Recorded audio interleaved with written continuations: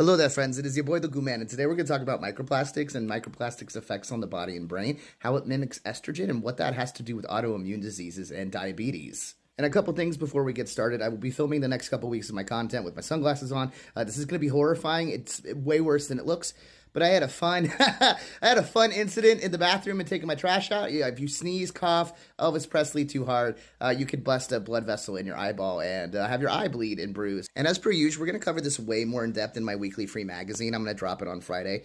Big article in the back that really breaks this down for you guys because there's not enough time in a 3-minute TikTok for me to really go over how bad this is for us as human beings. But let's get into it. So, microplastics, nanoplastics, if you don't know what they are, all of the plastic in our environment as it degrades gets smaller and smaller and smaller and smaller and gets into our ecosystem. It gets into our bodies simply by eating and breathing, and it gathers in organs like the lungs and in the brain, among a bunch of other ones. And how this works to really mess your body up is it's an estrogen mimicker, right? So I talk about it on my page and in my books all the time, this idea that estrogen controls your insulin levels. It controls a lot of your autonomic nervous system. It has to do a lot with autoimmune diseases and psychiatric presentations. And I'll post on my papers below like I usually do, but you can see behind me that it really messes with the HPA axis, the thing that I always talk about on my channel that has to do with regulating stress. When it comes to autoimmune disorders, it has to do a lot with hormone balance and insulin.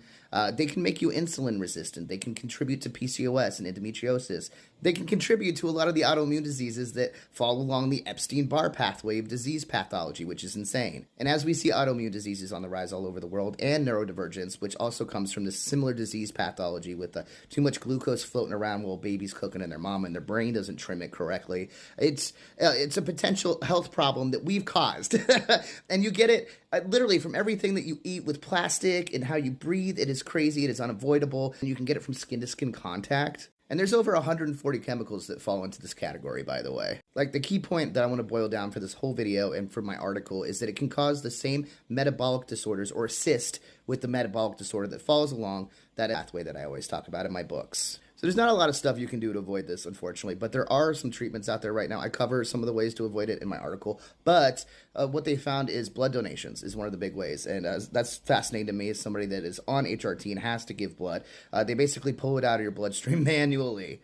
So yeah, microplastics, terrible for you, terrible for the environment. They mimic estrogen. They're slowly feminizing the human population and turning the frogs gay. And yeah, finally, just to thank everybody for the donations and keeping me in stable housing. All of my books are 25% off this week using code PayPal if you pay through PayPal. If you would like to donate to keep my content accessible to everybody, you can see the link tree in my bio.